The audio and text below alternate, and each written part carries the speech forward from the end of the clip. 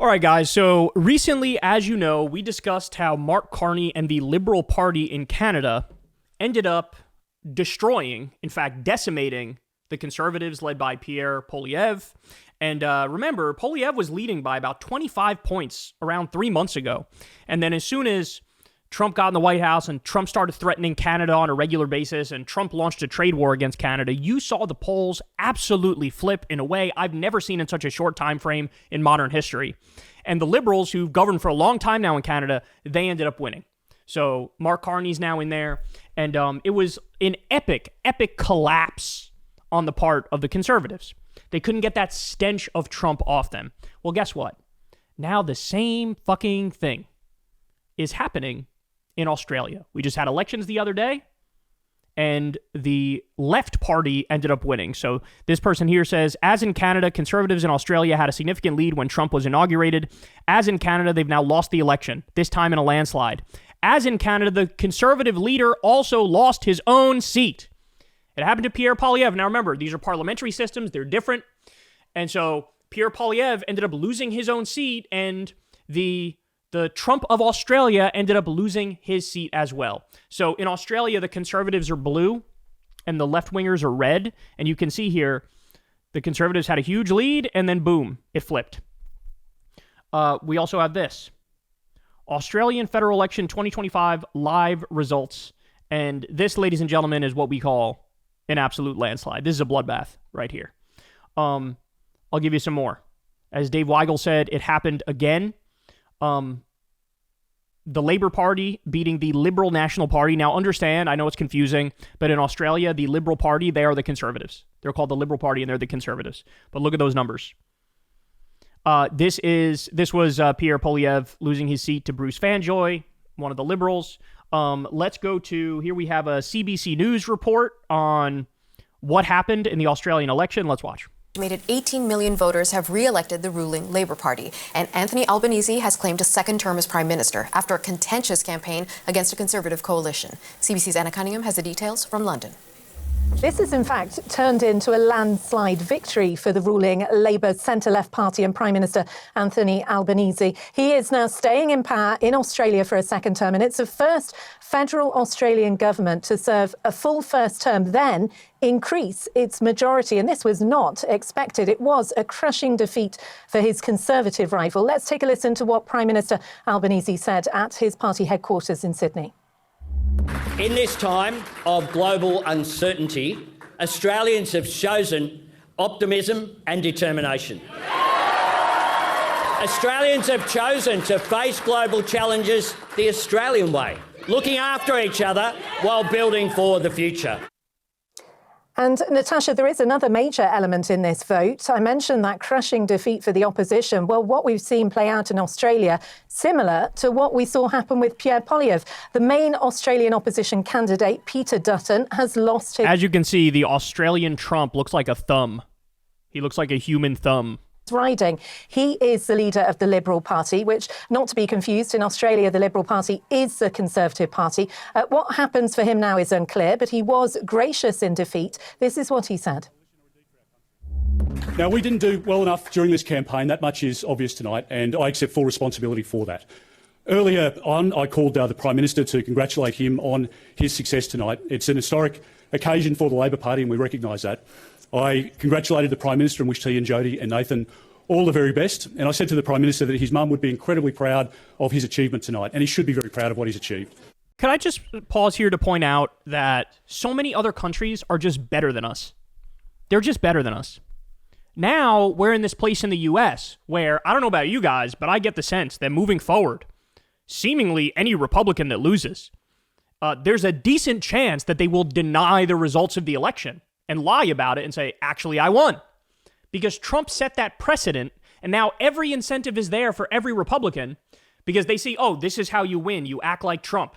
You be a total asshole. You be completely unhinged. You be, totally instinctive. You're a walking id of a human being. And he taught them, wait, if you lose, just say you didn't lose, and then you'll get your success eventually, right? And so this is not something that we've seen with conservatives in other countries. It's not something that we've seen. there seems to be more of a commitment at this point in time in these countries to the actual principles of living in a democracy, right? And so, man, it's a positive thought because it shows you other countries are being more advanced, but it's also a devastating thought because as an American, I want to live in a country where, they can be gracious in defeat. And that's just not the case anymore. Seems very much that Australians went out to vote influenced by arguments about the economy, concerns about housing and health, as well as that wider global picture, including, of course, those tariffs from US President Donald Trump's administration. It is compulsory to vote in Australia if you're aged over 18. Many people going straight from the beach to the polling booth. Bro, if we had mandatory voting for everybody over the age of 18 in this country, Republicans would never win an election again. I know Trump likes to lie about young people. Oh, he says, they supported me by 36 points. That's a complete lie. That's even Kamala Harris, who historically didn't do as well with young people. A tough study said she won them by 4, voters 29 and under. But then the exit polls had her winning by anywhere from 11 to 13 points. So if we had the same law in this country, mandatory voting, that, look, it's part of your... It's a responsibility in a democracy that you have to exercise this right. Just like we have jury duty, it's mandatory. You have to do jury duty. You could have mandatory voting like they do in a bunch of countries, and elections wouldn't even be a contest. Casting their vote. And I think, look, analysts are going to be looking at what happened in Canada and now Australia in terms of the opposition leaders, their defeat, and questioning whether this is the Trump effect that is favouring incumbents. It absolutely is the Trump effect. There's other things. Affordability is a thing. It was the same thing in Canada's election too. But the fact of the matter is, you got to start looking at politics as global movements and global trends, because functionally that's what it is, right? It's not really about any one individual and what their stance is on one particular issue. It's global movements and global trends. And there's this massive rise of far-right extremism, right? And this is a complete and utter rejection in Australia of the Trumpist wave. So here, let's do another one. In Australia, the ruling centre-left Labor Party of Prime Minister Anthony Albanese has won the national election. The tightly fought election campaign was dominated by concerns over the rising cost of living, a worsening housing crisis, and global uncertainty.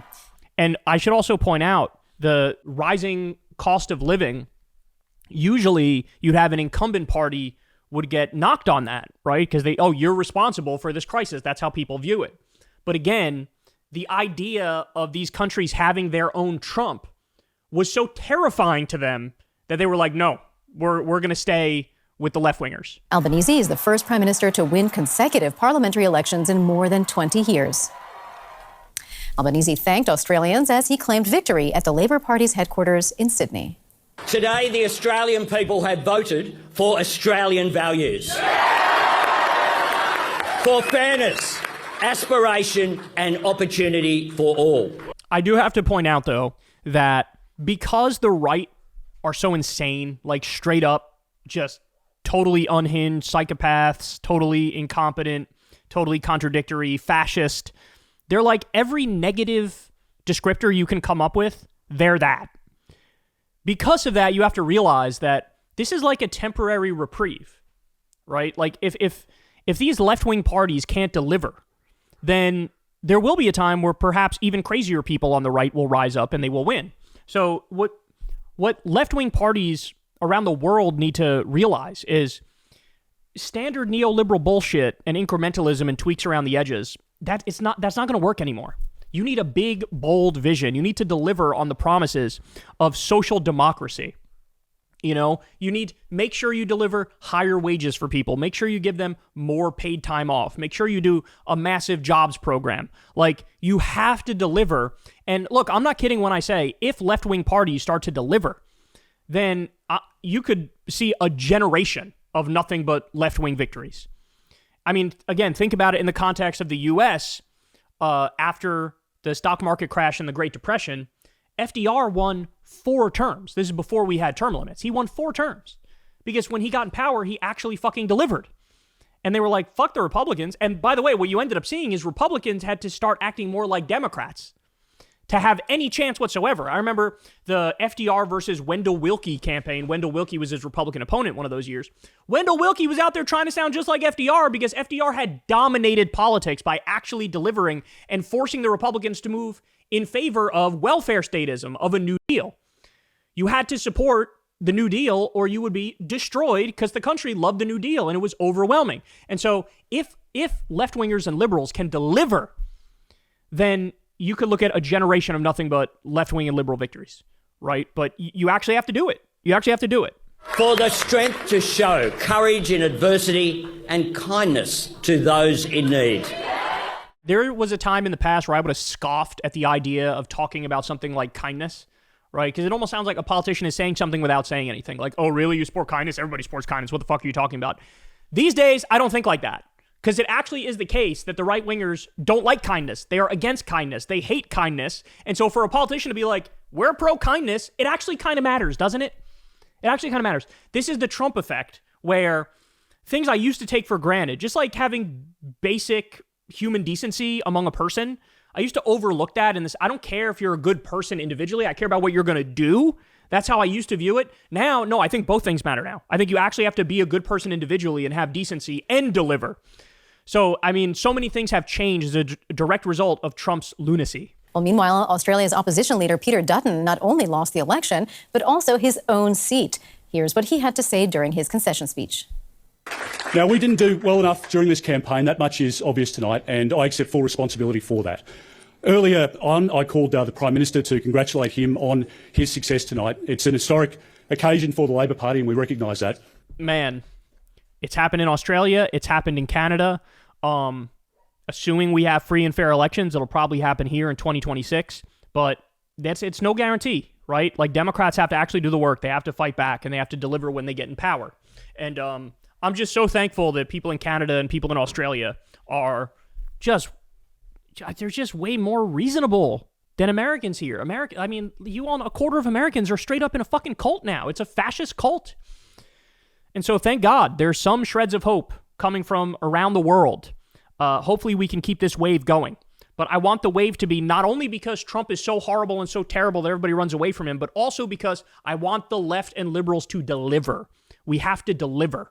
And I really hope Carney does that. I really hope Albanese does that, because that's the whole ball game. Hey, y'all, do me a favor and like and subscribe. It helps out big time in the algorithm. Click the bell as well for notifications when videos drop. And watch that video on screen right now.